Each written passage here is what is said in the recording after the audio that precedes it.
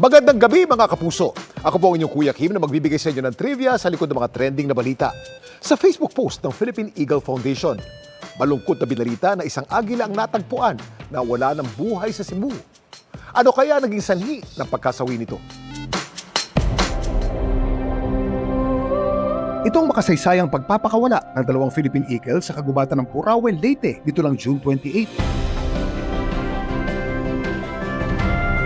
Isa sa mga ito, si Uswag, isang lalaking agila na na-rescue sa Mount Apo dito na nakaraang taon. This is the first time na may transfer tayo from Mindanao to another island, specifically in Leyte. These Philippine Eagles, may transmitter na nakalagay for monitoring.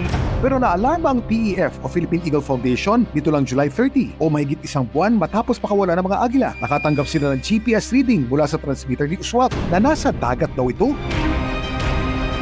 Ano ang nangyari kay Uswag? Kuya Kim, ano na? Ang PEF at lokal na pamahalaan ng Baybay agad nagsagawa ng search and recovery operation. Yung location niya is nasa dalampasigan na ng Baybay. Kaya na-email yung coordinates. Ang kanilang paghahanap umabot hanggang Barangay Kawit sa Pilar, Cebu, kung saan nila namata ang palutang-lutang ang mga labi ni Uswag hapon nitong August 3. Nung nadatnan natin, nasa postmortem stage na siya, decomposing na. So estimated based sa necropsy na sa mga 4 to 5 days na siyang naaagnas. Ang mga labi ng agila sumailalim sa pagsusuri at postmortem examination at dito na pag-alaman na si Uswag posibleng aksidenteng nalunod.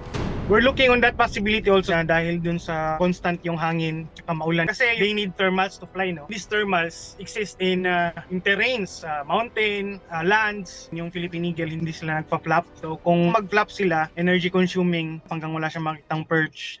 Right now, we're mourning the sudden loss of Uswag. Kailangan natin ma-identify yung mga areas which is hazardous. Madaling gawin is to inform also the coastal areas. Consider them as partners also kung saan sila mapadpad. Alam din ng mga fishermen.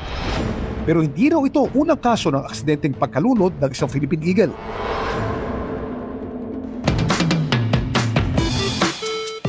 Ayon sa tala ng Philippine Eagle Foundation, ang pagkalunod ni Uswag ay ang pang-siyam na kaso ng nalunod na Philippine Eagle.